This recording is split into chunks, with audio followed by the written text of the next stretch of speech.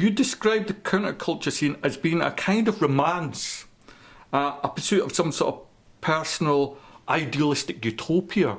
And I was thinking, like if you look at the art and the graphics and stuff like that, and also a lot of the ideas, especially in Britain, they were linked into stuff like William Morris and arts and crafts movement, and the pre-Raphaelites, all those big flowery dresses and stuff like that.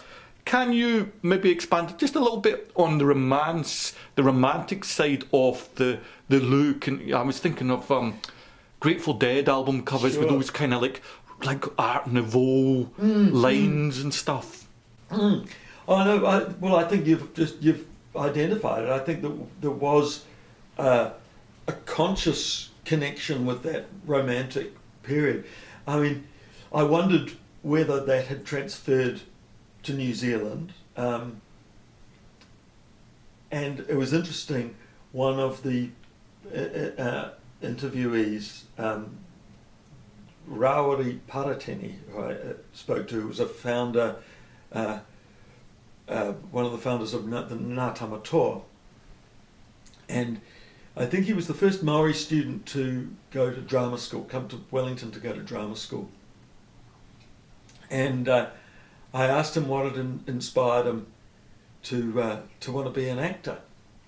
And he said, it was William Blake. He started quoting William Blake to me, and he said, he'd always enjoyed language, and there were some William Blake poems at school that he thought, I want to be someone who deals with words in that way. So, yeah, I mean, and that was an unexpected but very direct link back to that romantic movement. Connections between the romantic movement and the Maori liberation movement of the 70s. I found that fascinating. People often argue about the best decade in popular music, whether it was the 60s, 70s, there might even be a couple of people might put in the 80s. But what was really clear was that music was really central to culture. We talked briefly before this interview about how we'd go to friends' houses to listen to an album that was just bought and stuff like that. Yeah. And it was more than that. You'd listen to what Pink Floyd would say politically, perhaps, like Another Brick and Wall and things like that. Yeah. But that's really changed. Music's role in society is nowhere near as prominent or as high profile as it was in those times. Why do you think that has happened? It's interesting, isn't it? Because actually there is so much more music now too. Possibly the scarcity of it made it more precious. When you didn't have 24-hour streaming and YouTube, and it's possible that in some ways it feels devalued. I just know that in that era that I've been writing about, music was in New Zealand, rock music was a source of vital cultural information. It was like a newspaper for people. It was coming from overseas. People I interviewed said we would study the record covers. One woman told me she'd study what the people were wearing on the record covers and then try and make those sort of clothes herself. Because and you might it sounds absurd now, but you might the only photo of Jimi Hendrix you could see was the one on the record cover. You couldn't go online and look for pictures of these people. The things they were singing about too, I mean, I write specifically about a couple of Rolling Stones records, which to me, in that late 60s period, were like snapshots of what was happening in the counterculture in Britain and America, I suppose, too. And they were like radio messages to people in New Zealand who went, he's been down to the demonstration to get his fair share of abuse, or war children, it's just a shot away. All these things were actually like reports from the front lines. So it was very important stuff. Yeah. Can you tell us a little bit about the role of drugs in that culture? Because obviously it played a big role, but there was different kinds of drugs.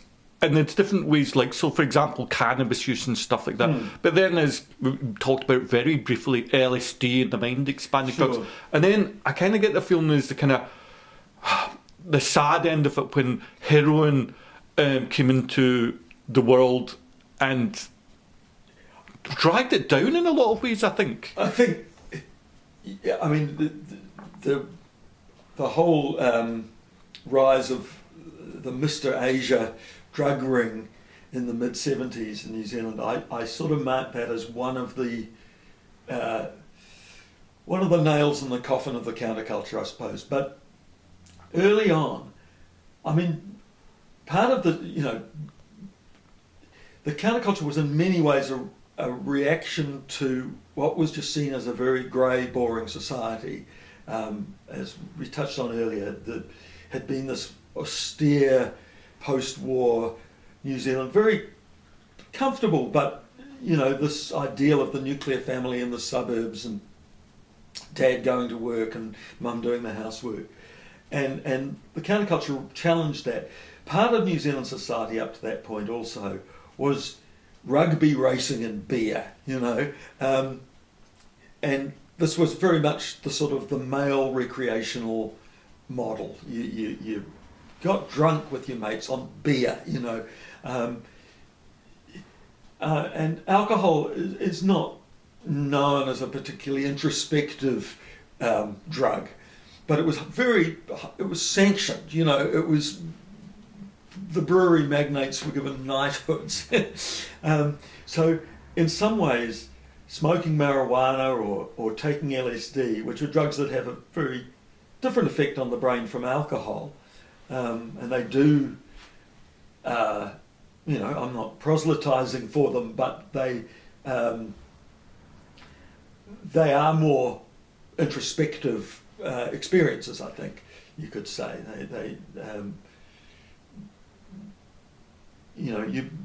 create different states of mind which perhaps lead you to asking certain questions. So I think the drug thing was in many ways another reaction against mainstream society, in the same way that not wearing a collar and tie was, or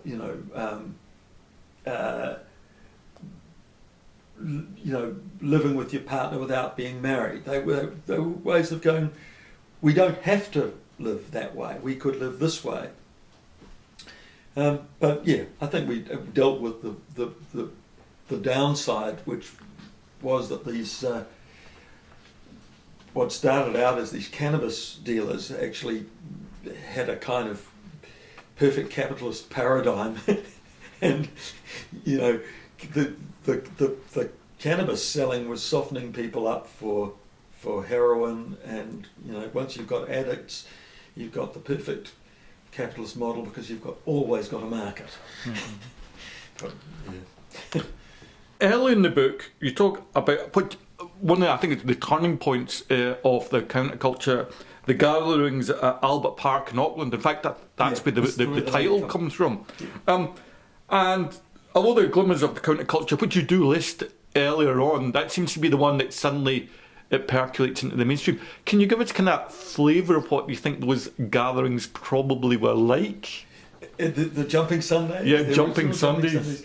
Well, they were kind of pivotal. I mean, there'd been all sorts of things going on, right through the 60s that you could say were the beginnings of the counterculture. But the fact was that in Auckland at that time, the city bylaws said there was only one place you were allowed to gather for public speaking and whatever else you wanted to do, and that was this Myers Park, which I don't know if you know it, but it's at the top of Queen Street. It's on a steep slope.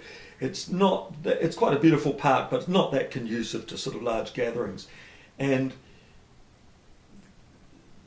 these people, actually Tim Shadbolt was fairly central.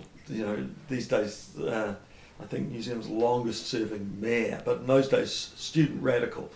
And one Sunday in Myers Park, fairly spontaneously one gathers, Shadbolt and some others led a march from Myers Park over to Albert Park, which is not that far away.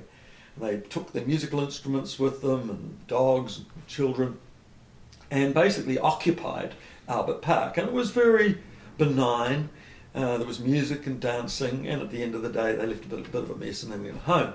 And they came back again the next Sunday, and the police were a bit overwhelmed by this. It was not really anticipated, and in the end the Mayor of Auckland, Dove Robinson, kind of came to a bit of a concession, and he said, well, essentially, you know, if youth rebellion if it can be confined to Sunday afternoons, well, we'll put up with it. Which isn't what happened, of course, in the end, but that was the Jumping Sundays. Mm-hmm. And I thought that became the title of the book partly because that was a kind of flashpoint for the counterculture here. It was the first time that it was really, that mainstream society saw it en masse. You know, they saw hundreds and thousands of young people gathering, looking a bit strange and dancing in the park.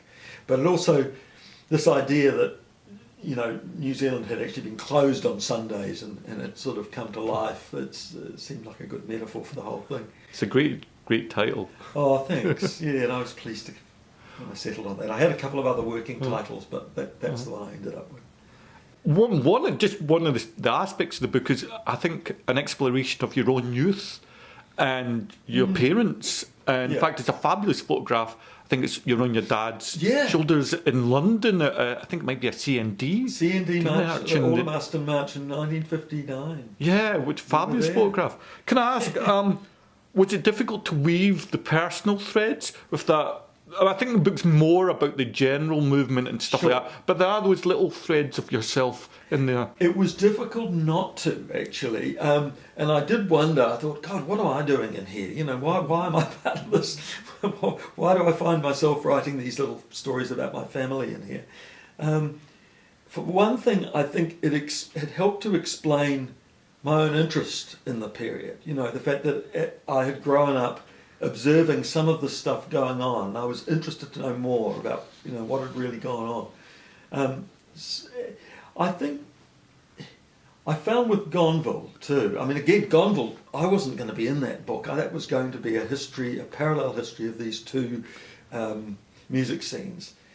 And in the end, I realised the way to tell that story was to tell my own story. And then you've kind of created a character in a sense, almost in a sort of novelistic way, you know. And yeah, I've just found that people like to have a character that they can follow through a story and relate to, even if they just pop up every so often.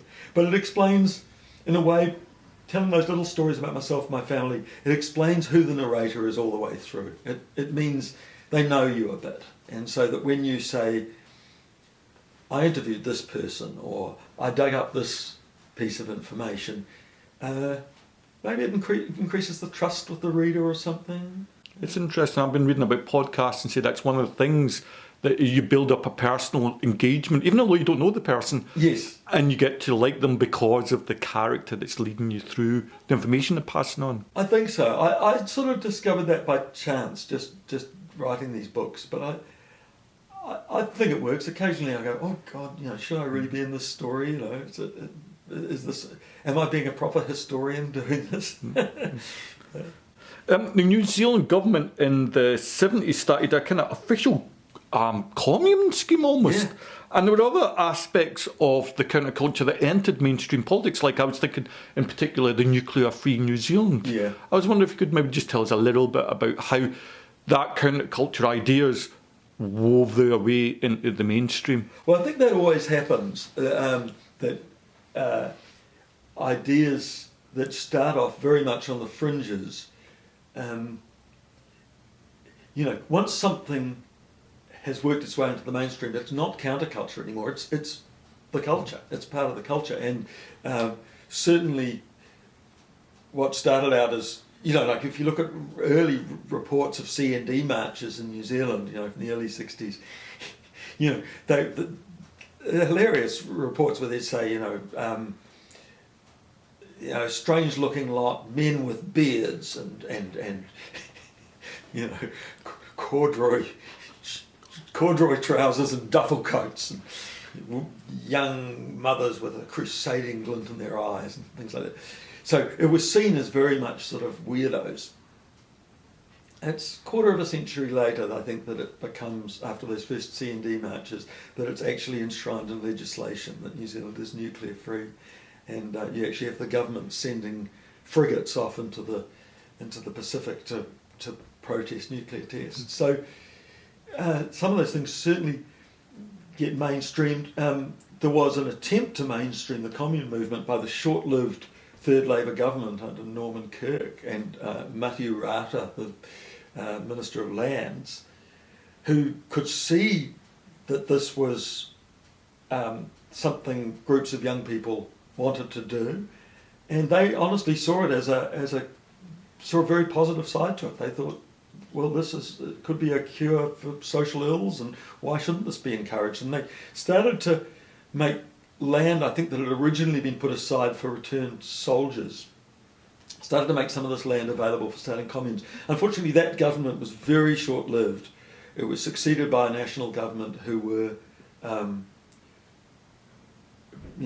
actually quite hostile to the whole idea. It sort of fell away, although I believe there are some pieces, this was called the Ohu scheme. There are still some, I don't think that they're residential communes, but some of that land is still being used by some of those groups that first went on to it in the early 70s. Do you think your time in Rough Justice in the band had any connection with that counterculture? I know it's slightly later in time. Slightly later, but yeah, absolutely. We were travelling around the country in a bus. I mean, quite a few of the people in that band, I joined that band when I was 18, but some of them were 10 years older than me, so they had lived right through that period and were very much of it, of that. They identified with it. And fascinating things, we would visit communes in the bus. We'd go and play in the back blocks of New Zealand, and you'd get these sort of semi-feral hippies who'd been living off the land for 10 years. They'd come out of the hills and they'd come and hear you play in some sort of country hall. We did that quite a lot, which was quite, it made me realise that something had happened, and its effects were quite long-lasting. Even though I would say the peak of the counterculture movement had died off, had passed, there were, some of it had really embedded itself. Do you think that counterculture has had a really long-lasting effect in New Zealand society? I think the answer to that's obviously yes. But I was maybe if you can maybe pick the biggies and say, well, that's the things that it changed for better going through time. Yeah, I mean, it has. It's funny. Some things were assimilated pretty quickly, or ceased to be countercultural. I mean, we talked about the effects of the anti-nuclear movement. I think there was a loosening up. I mean, we haven't even talked that much about what gets termed the sexual revolution, but I mean, at the start of the 60s, to be an unmarried mother you were treated like a criminal. I mean, you had absolutely no support. And I heard terrible stories about, people who, one woman told me, her sister just sort of disappeared. She was told that she'd gone to secretarial school, but in fact she'd gone off to have a child somewhere and give it up for adoption and this sort of thing. So, I don't think we think twice about, mixed flats or young people cohabiting or anything today. That was just a social change that had to happen, but the counterculture certainly helped to drive it. There are lots of other things which are still sort of paradoxical. Cannabis, I don't think is it's not necessarily countercultural anymore. I think by the late 70s, it was all sorts of people were smoking it. It didn't necessarily mean you were also an anti-war activist or a... but at the same time, you know, when we have a referendum on it, even though more than half the country admit they've smoked it, more than half the country vote to keep it illegal. So we're an odd country in lots of ways. Nick Bollinger, thank you so much for that interview. It was a real pleasure. For anybody who's interested in New Zealand culture, past, music, a whole range of subjects, Jumping Sundays is an essential read. Thank you. Oh, thank you. Thanks very much.